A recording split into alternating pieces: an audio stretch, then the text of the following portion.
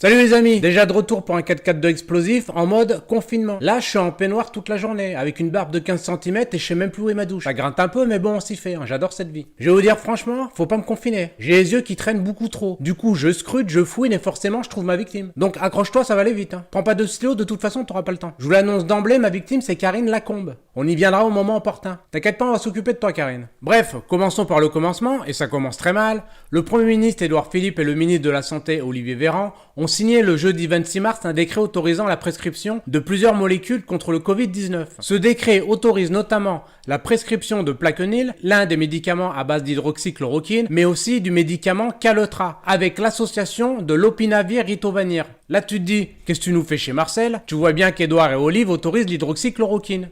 C'est vrai, le 26 mars, comme vous pouvez le voir avec ce décret. D'ailleurs, Didier Raoult s'en félicite sur Twitter. Mais problème, ça ne l'est plus le 27 mars. Puisque dès le lendemain, avec l'aimable silence assourdissant des médias, ils ont modifié le décret. Le renouvellement de prescription n'est plus autorisé. Le traitement du professeur Raoult reste donc inaccessible aux Français, mais uniquement pour les personnes en état grave. Quand c'est trop tard, en fait. Je suppose que tu découvres ce nouveau décret et que tu pensais, comme tous les Français, y avoir droit. Eh ben non. Ni TF1, ni CNews, ni BFM n'ont communiqué sur ça. Je demande bien pourquoi. Donc écoute bien la pirouette. Il est autorisé d'administrer cette molécule contre le Covid-19 à l'hôpital uniquement. Et seulement au cas grave. Est-ce que vous entendez ça? C'est d'une stupidité monstre, comme le rappelle le professeur Raoult. Ça veut dire que l'on va administrer l'hydroxychloroquine au moment où les malades ont une insuffisance respiratoire et n'ont presque plus de virus. C'est trop tard. C'est quand ils ont une forme moyenne et modérée qu'il faut les traiter, car c'est à ce moment-là qu'on peut contrôler les virus qui se multiplient. Quand les malades sont rentrés en réanimation par exemple, le problème c'est plus le virus, hein.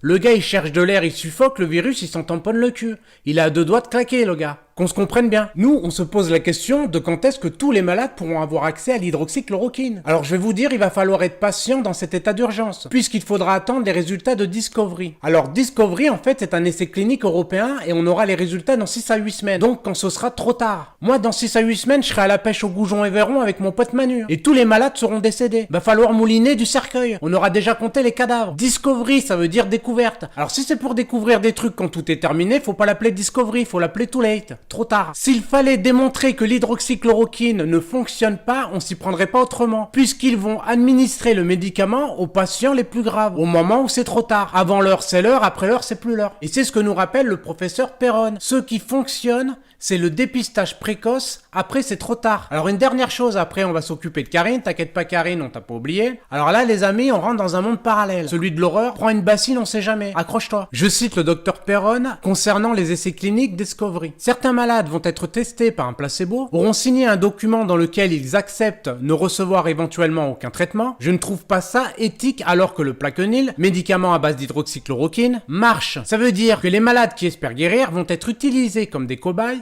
et on donnera à une partie des malades un placebo et à l'autre le médicament. Donc, terminer les lapins, les rats, les souris de laboratoire, c'est au tour des êtres humains. Est-ce que vous vous rendez compte de la gravité de ce que je suis en train de vous raconter? C'est très grave. Mais c'est pas fini, j'en ai encore dans le tiroir. Alors là, il se passe une chose incroyable. On voit apparaître partout une certaine Karine Lacombe. Du jour au lendemain, elle squatte tous les plateaux et toutes les radios pour discréditer Raoult. L'autre, tu l'entends piailler, mais on sait pas qui c'est. Mais bougez pas, on va lui faire son CV. La Karine, elle est chef de service des maladies infectieuses à l'hôpital Saint-Antoine à Paris, mais aussi chercheuse à l'INSERM, dont Yves Lévy était président et mari d'Agnès Buzyn, ancienne ministre de la Santé, concurrent direct de l'IHU à Marseille de Didier Raoult. Mais quand on cherche son nom dans Esperscape, alors que le professeur Raoult est classé premier chercheur mondial pour les maladies infectieuses, elle n'y figure même pas. Néant la Karine. Alors je sais pas ce qu'elle cherche, mais en tout cas elle le trouve pas, ça c'est sûr.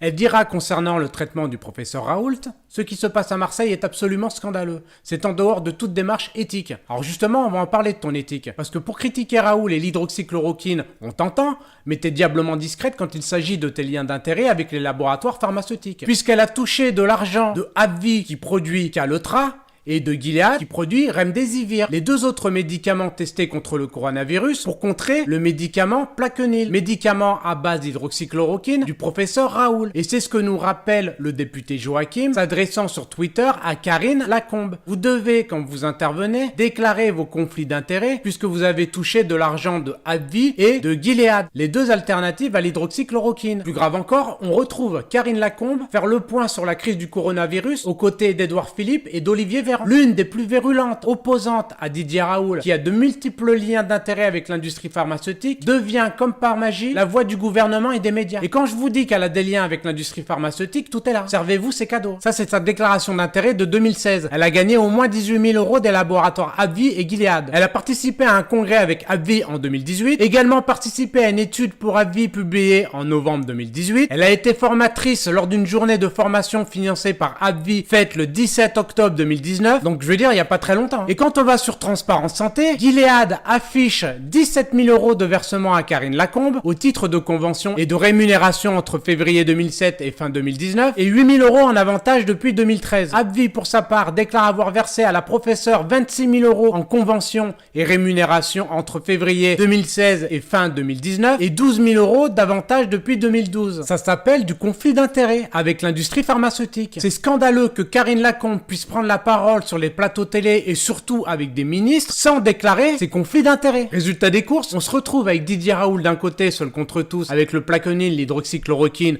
au prix de 4,17 € et en complément, l'azithromycine au prix de 7,68 €, ce qui fait un total de 11,85 €. Et de l'autre, on a Karine Lacombe avec le Calotra au prix de 109,04 € la boîte de 60 et 433,72 € la boîte de 120. Alors, ne me demandez pas pourquoi la boîte de 60 pour arriver à 120 se retrouve quadruplée pour arriver au prix de 433,72 €. Pognon, pognon, pognon. Et comme ça va être remboursé à 100%, c'est jackpot. Mais je rappelle quand même qu'on est face à des malades, pas des tirelires. Et pour ajouter à la malhonnêteté, écoutez bien l'horreur, le lopinavir et le ritonavir, en plus d'être des noms imprononçables, ils sont aussi efficaces que valent au gouvernement. Tu prends 2 fraises Tagada, tu les bouffes, c'est la même chose. Mais maintenant que Karine Lacombe est grillée, puisque bon, ça parle beaucoup sur les réseaux sociaux, son compte Twitter a disparu, sa page Facebook a pris la tangente et sa page Wikipédia a déserté. Tout a été supprimé. Que les médias s'intéressent à ce fait étrange. Il y a matière à se poser des questions tout de même. Demandez-vous comment se fait-il qu'on mette autant de temps à balancer l'hydroxychloroquine aux malades du coronavirus, alors que c'est utilisé en ce moment même et depuis un bail aux États-Unis, la Chine, la Corée, l'Inde, l'Italie, l'Iran, les Pays-Bas, la Belgique, le Maroc ou l'Algérie. Ils sont en train de diaboliser le professeur Raoult avec des études bidons pour une guerre avec Gilead et AbbVie et à la fin, ils vont nous pondre un vaccin. Je vais vous dire franchement, je fais tout pour pas tomber dans le complotisme. Mais ce gouvernement dépasse mes compétences. Je suis même pas à la hauteur. Ils vont trop vite les mecs. J'ai même pas le temps d'imaginer un complot que c'est déjà en œuvre. C'est quand même incroyable cette histoire. Cachez-vous bordel de merde. Faites ça en douce. Me servez pas la soupe sur un plateau. Bref, voilà les amis, je voulais absolument vous alerter sur ça. Je rappelle aussi, et je peux vous assurer, que si demain on nous met entre les mains un coronavirus 2, le retour est bien plus puissant, on est foutu. On est préparé de rien. L'industrie pharmaceutique pense d'abord à vendre son cacheton. Donc nos gamins sont en grand danger dans ce pays, la France. Je pense que le coronavirus est un avertissement que tous les Français devraient prendre au sérieux. Sinon, on crèvera tous comme des merdes. Et ça, je vous le garantis sur facture. Va bien falloir que ça change cette histoire. Allez, salut les confinés. N'oubliez pas que si vous regardez cette vidéo, vous ne pourrez plus ignorer la vérité. Et ça, c'est déjà pas mal. Allez, à ciao.